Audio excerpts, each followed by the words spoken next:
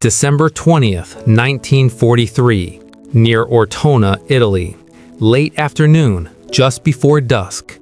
Snow lies thin over churned mud. The air smells of cordite and antiseptic.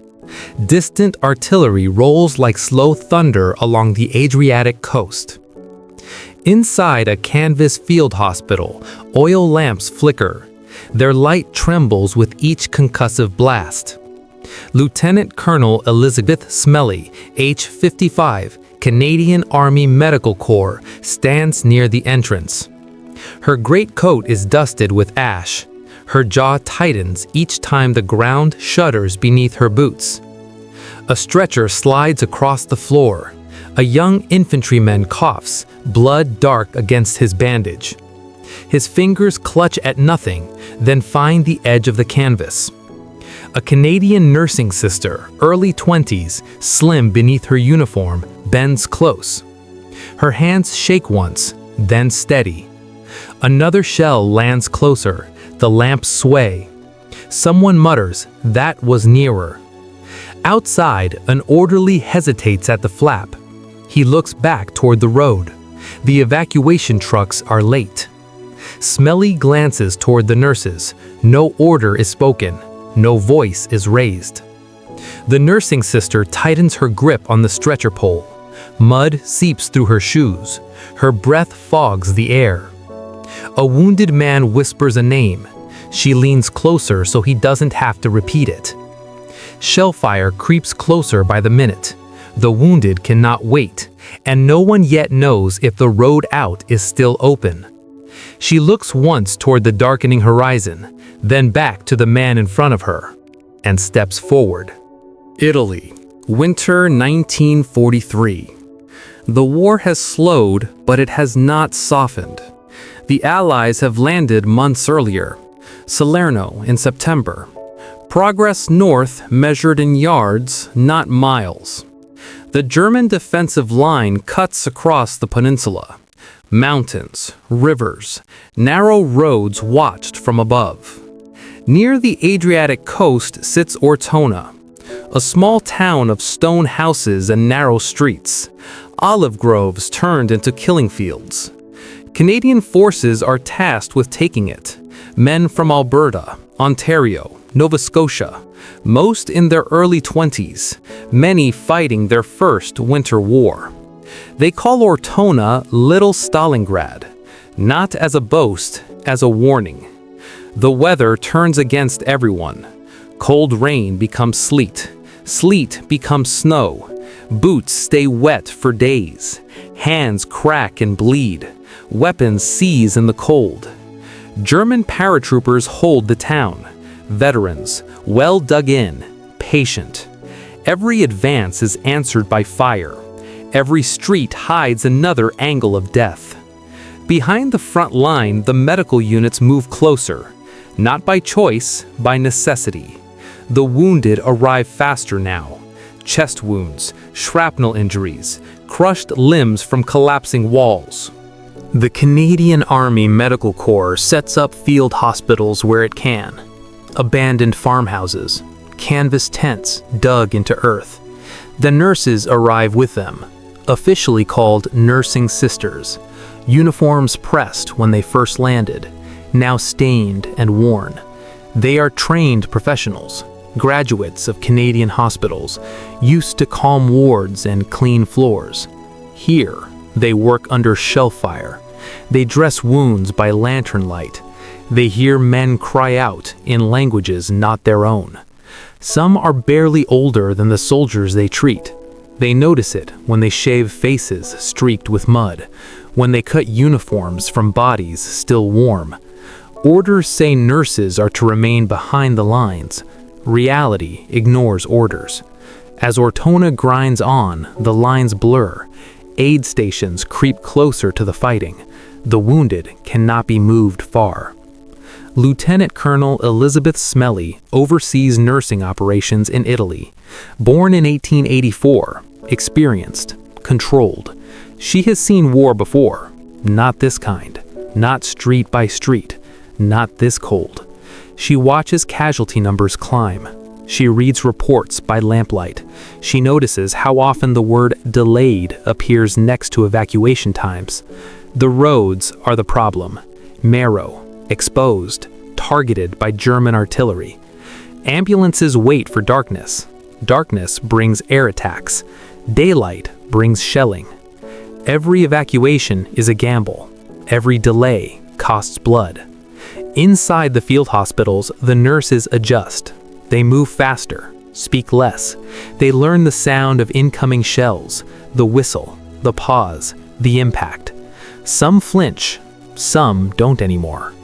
One nurse wipes her hands on her apron, then stops. The apron is already soaked. She folds it inward instead. Another nurse writes a letter during a lull. 3 sentences. She tears it up when the wounded arrive again. The soldiers notice the nurses. They notice clean voices in a ruined place. They notice hands that don't hesitate.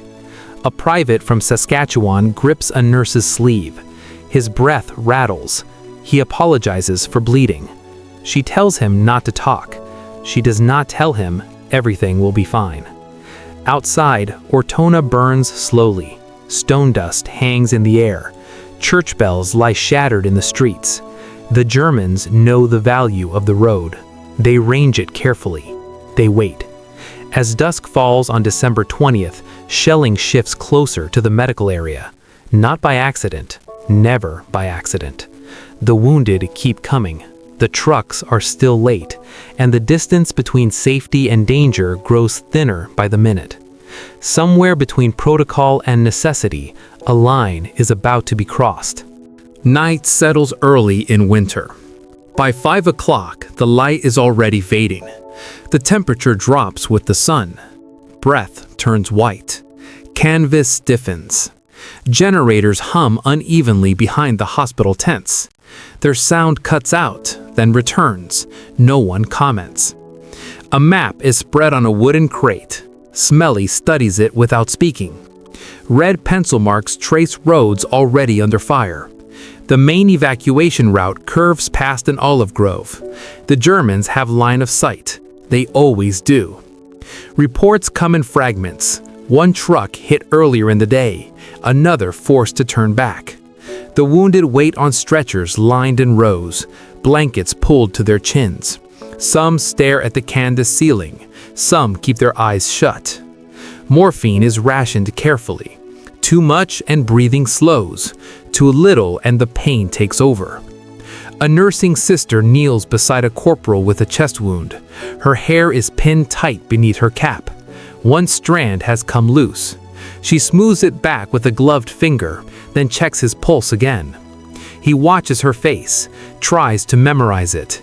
He does not say why. Another shell lands closer. The ground lifts slightly beneath them. Dust falls from the tent seams. An orderly swears quietly. Someone laughs once. It stops immediately. The nurses work in silence now. Words feel unnecessary. Movement matters more. Scissors flash in lamplight. Bandages are cut, folded, reused where possible. Nothing is wasted. Outside, the road remains empty. No headlights, no engines. Smelly steps out into the cold. Her boots crunch on frozen ground. She listens. The shelling has shifted, closer to the road, closer to them. A driver approaches her. His face is pale. He removes his helmet before speaking. "Ma'am," he says, then hesitates. He doesn't finish the sentence. She nods once. She already knows. Inside, a nurse looks toward the entrance. She has been counting minutes without realizing it. She stops when she sees Smelly return. Smelly meets her eyes. No reassurance, no alarm, just a small nod. The nurses understand. They always do. Orders exist. So do circumstances. If the wounded stay, some will die before morning. If they move, some may die on the road. A nursing sister adjusts her gloves. They are stiff with dried blood. She flexes her fingers until feeling returns. Another nurse murmurs, "We can manage 2 at a time. It is not a question." The decision settles without ceremony. Not brave, not reckless, necessary. Stretchers are lifted. Boots sink into mud beneath the snow. The night presses in from all sides. Somewhere ahead, artillery waits. Somewhere behind, men wait longer than they should. And between the two, Canadian nurses prepare to move forward, not with weapons, but with hands that refuse to let go. The first stretcher is the heaviest, not by weight, by what it carries. A young rifleman lies still beneath a blanket. His face is gray. His lips tremble with each breath. Two nurses lift together. They count silently. 1, 2. The stretcher shifts. Mud pulls at their boots. Cold seeps through wool and leather. A shell explodes somewhere to the left, not close enough to knock them down, close enough to feel. The rifleman's hand slips from the blanket. His fingers search blindly. One nurse reaches without looking. Their hands meet. He holds on. She feels how cold he is. She tightens her grip. The road is barely a road, rutted, half frozen, marked by tracks that end too suddenly. They move in short bursts, stop, listen, move again. The wounded man whispers something, a name. It could be a mother. It could be no one left. The nurse leans closer. "I'm here," she says. Only that. Her voice surprises her. She hasn't spoken in minutes. A flare rises in the distance. The night turns white for a second. Everyone freezes. The nurse feels her heart pound against her ribs. She wonders if it's loud enough to hear. The light fades. They move again. Behind them, another team follows. Another stretcher. Another breath to keep alive. A shell lands closer this time. The ground shudders. Snow falls from the olive branches. The rifleman gasps. His grip tightens. The nurse does not pull away. She thinks of the hospital in Montreal where she trained. Clean floors, quiet halls, a piano in the common room. The thought passes quickly. There is no room for it now. They reach the first truck. Its engine is already running. The driver's face is set. They lift again. Careful, slow. The rifleman's eyes open briefly. He looks at the nurse. Really looks. She nods, as if confirming something. The tailgate slams shut. The engine revs. The truck pulls away into darkness. The nurse steps back. Her legs shake. She does not sit. There are more stretchers waiting, more hands to hold, more breaths to count. She turns back toward the road. The night swallows her shape. And somewhere behind her, another wounded man begins to whisper a name. Lieutenant Colonel Elizabeth Smelly stands just beyond the lamplight. Her hands are clasped behind her back. Her posture does not change. She watches each stretcher leave. She counts without moving her lips. One truck, then another. Each departure narrows her margin of time, of lives. An aide approaches with a clipboard. He hesitates before speaking. He lowers his voice anyway. 2 still critical, he says. Chest wounds. Smelly nods. No pause, no comment. She has read casualty lists before. Names in columns, numbers at the bottom. Here, every name has a face. Every number breathes. She walks the line of stretchers once more. Her boots leave shallow prints in snow. She stops beside a man no older than 20. His eyes are open. They track her movement. He recognizes the insignia. "Sir," he whispers, then stops. His voice fails him. She bends slightly, just enough to hear. "You're being moved," she says.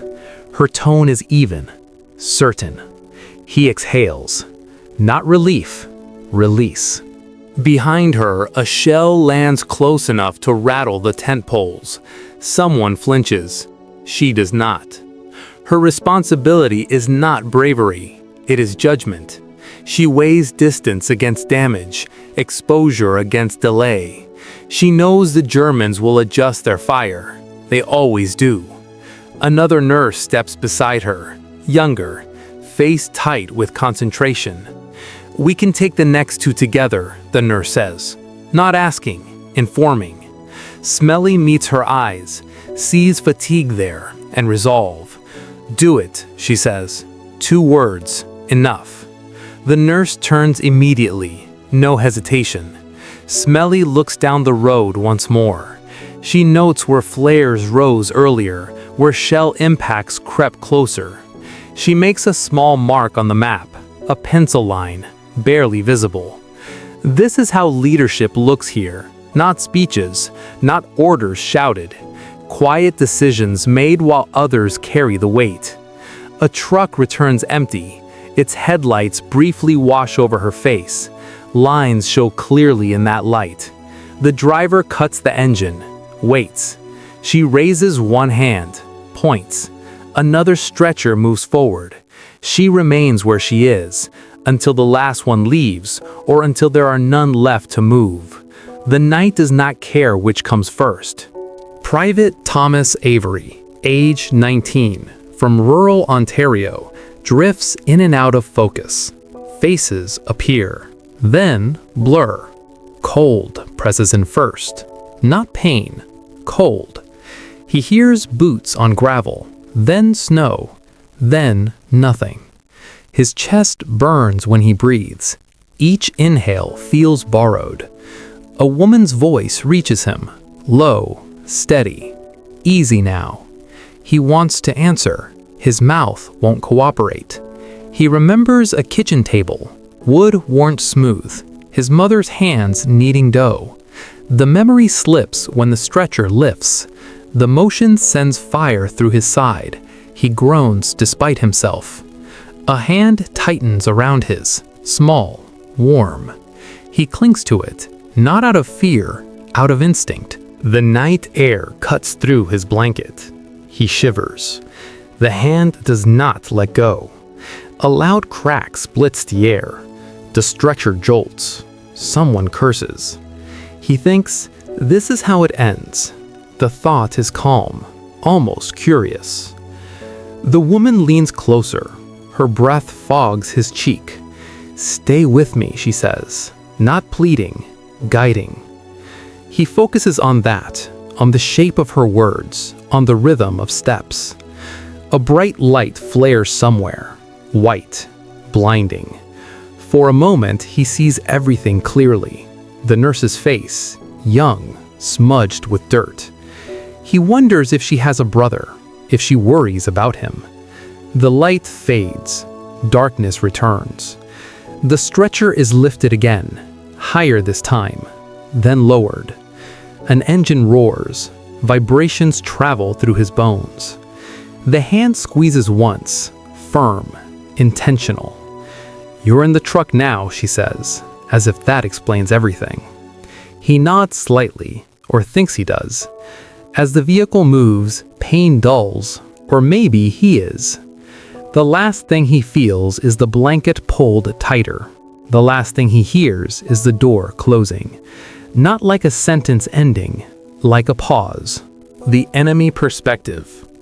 On the ridge overlooking the road, Unteroffizier Karl Weiss, age 27, adjusts his field glasses. His breath fogs the lenses. He wipes them with a gloved thumb. Below him, the road bends through olive trees. Snow clings to the branches. Tracks mark recent movement. He listens first. Engines, then silence. Weiss has been here for hours, long enough to feel the cold settle into his joints, long enough to know the rhythm of Allied movement. He signals to the gun crew behind him, 2 fingers raised. Wait. The artillery is not aimed at soldiers advancing. It is aimed at movement, any movement. He knows what moves along this road: supplies, men, sometimes the wounded. He has seen stretchers before, white armbands, red crosses. The rules are clear on paper, less clear at night. A flare from another position rises briefly. Weiss watches the road glow white, then vanish again. He spots a shape near the trucks, smaller than a squad, moving carefully. He hesitates, only a moment. Through the glasses, he sees hands on a stretcher. No rifles, no helmets. He lowers the binocular slightly, listens to the wind, to distant gunfire. The radio crackles behind him. An order comes through, half lost in static. Fire mission, adjust. Weiss does not repeat it immediately. He looks once more. He thinks of a hospital in Hamburg, white walls, his sister's uniform. The moment passes. He relays a correction instead, a slight shift, enough to keep shells short of the road. The guns fire anyway, they always do. Explosions walk the ground nearby, close enough to warn, not close enough to destroy. Weiss lowers his head. The cold bites harder now. Below, trucks move, slow, careful. He does not follow them with his glasses. War continues, orders continue, but some lines once noticed are not crossed. Not tonight. The road does not announce itself as a boundary. There is no sign, no marker. Only a narrow stretch of frozen earth where choices are made quietly. A nursing sister pauses before lifting the next stretcher. Her breath catches, just once. She looks down at the man waiting. His face is slack with exhaustion. His eyes search hers, then drift. She thinks of the training manual, of diagrams and procedures, of distance from the front. She thinks of none of it now. The stretcher feels heavier than the last, not because of the body, because of the risk. Shells fall again, closer than before.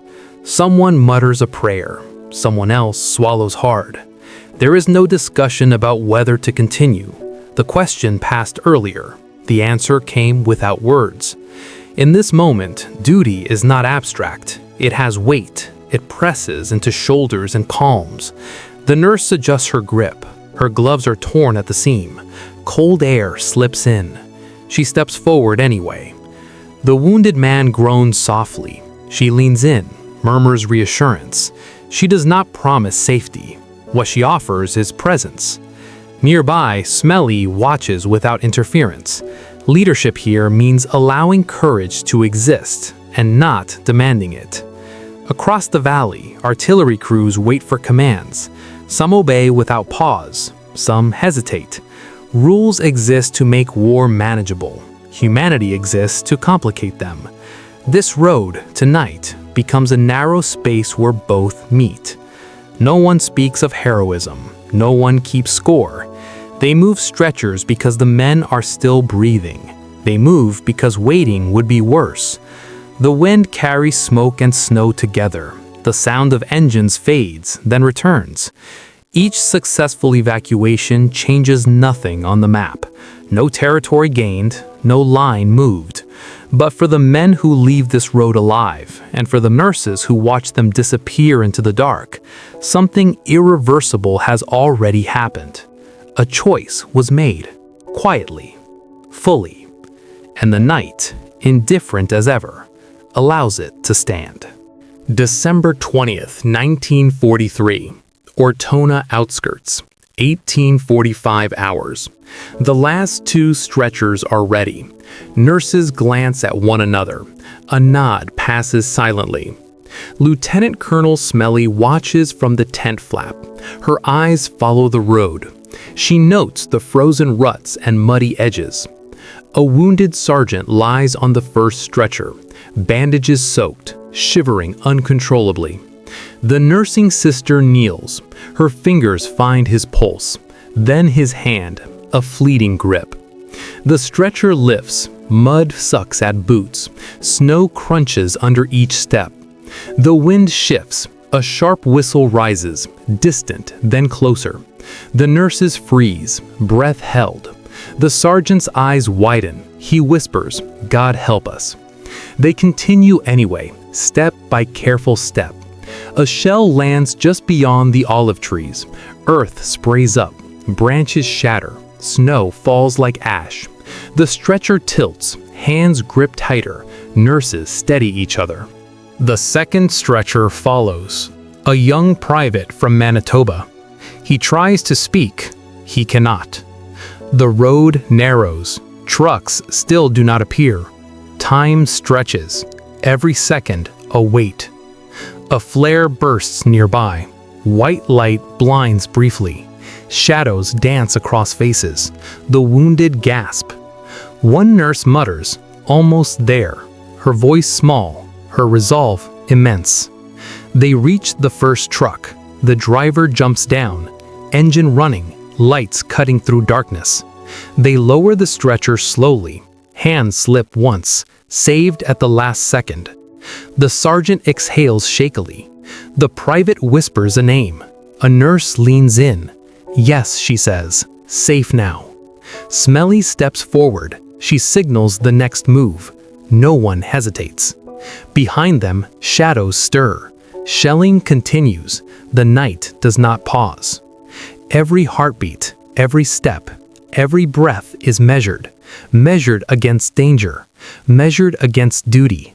And still, they move forward. December 20th, 1943. Ortona outskirts. 19:05 hours. The final stretcher approaches.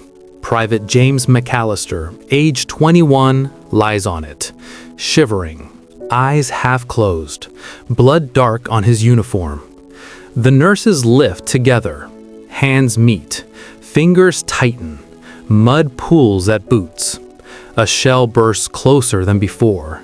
The ground vibrates. Snow and dust mix in the air. McAllister gasps. The stretcher tilts slightly. One nurse steadies it with every ounce of strength. Her gloves are torn, fingernails scraped raw. Flare light illuminates their path. Shadows flicker on frozen ruts. The night feels alive, waiting. Smelly steps forward. She signals silently to the truck driver. The engine hums louder. Headlights scan the road. The nurses move the stretcher in small bursts. Step, pause, listen.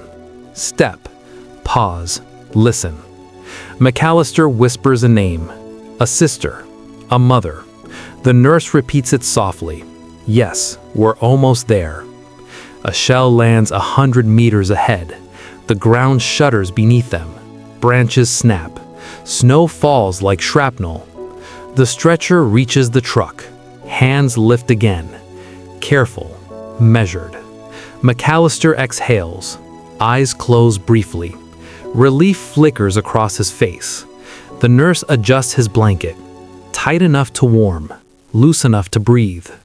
Another nurse steps back. Her legs shake. Her breath fogs the cold air. She does not sit. Smelly watches, notes each detail, every hesitation, every micro-decision. The truck doors close. Engine roars. Headlights fade into darkness. Outside, Ortona remains under fire. But for a moment, life has won. The nurses turn back. Another stretch of road awaits. Another life to save. And the night presses on.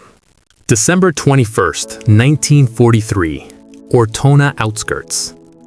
Dawn breaks slowly, pale over frozen mud and rubble. The field hospital tents stand battered. Canvas flaps flutter in the cold wind. Snow dusts broken equipment. Casualty lists are read aloud quietly. Some names are missing. Some are added. Numbers do not comfort. Lieutenant Colonel Elizabeth Smelly walks among the nurses, hands clasped behind her back. She notes tired faces, blood-stained aprons, trembling fingers. Each micro-expression speaks more than words. Nursing Sister Margaret Fraser, age 24, sits on a crate. Her gloves are torn, hands stiff from gripping stretchers. She flexes fingers slowly, watching the dawn. Private Thomas Avery leans against the tent pole, bandages clean, blankets warm. He whispers thanks he cannot voice properly. Eyes reflect relief and exhaustion. The wounded from the night before begin to move again. Stretchers cleared. Trucks depart for field hospitals further back. Some men walk unassisted, some limp, some are silent. Orders are issued for repairs and cleanup, but no one hurries. Every movement is measured, every breath deliberate. Shelling continues in the distance. Shards of stone and frost mark streets like a slow reminder. Smelly gathers her team, her voice calm, firm. No time for rest, others await. A nurse adjusts a blanket for a recovering soldier. Small gesture, human, necessary. Outside, Ortona awakes to smoke rising from shattered rooftops. Birds are absent. Silence fills the space between explosions. One soldier writes a brief letter, 3 lines, folded and kept in a pocket, a reminder of home. The nurses, though exhausted, prepare for the next evacuation. Hands shake slightly. Eyes focus on duty, not fear. Somewhere in the town, children hide. They hear engines and footsteps. The war brushes close, yet another life was saved. December 21, 1943.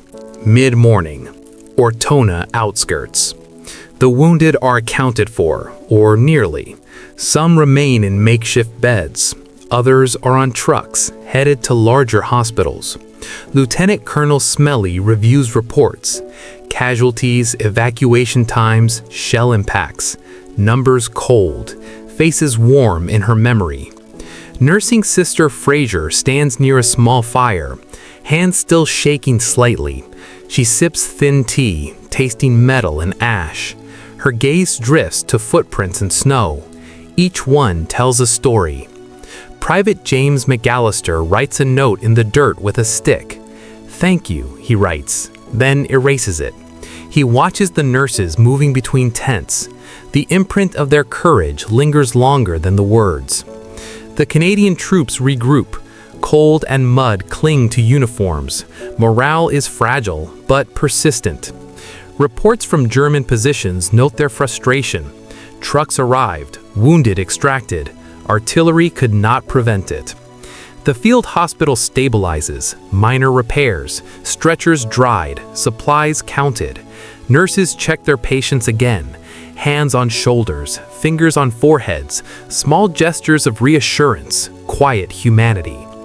Snow melts slightly under the weak winter sun.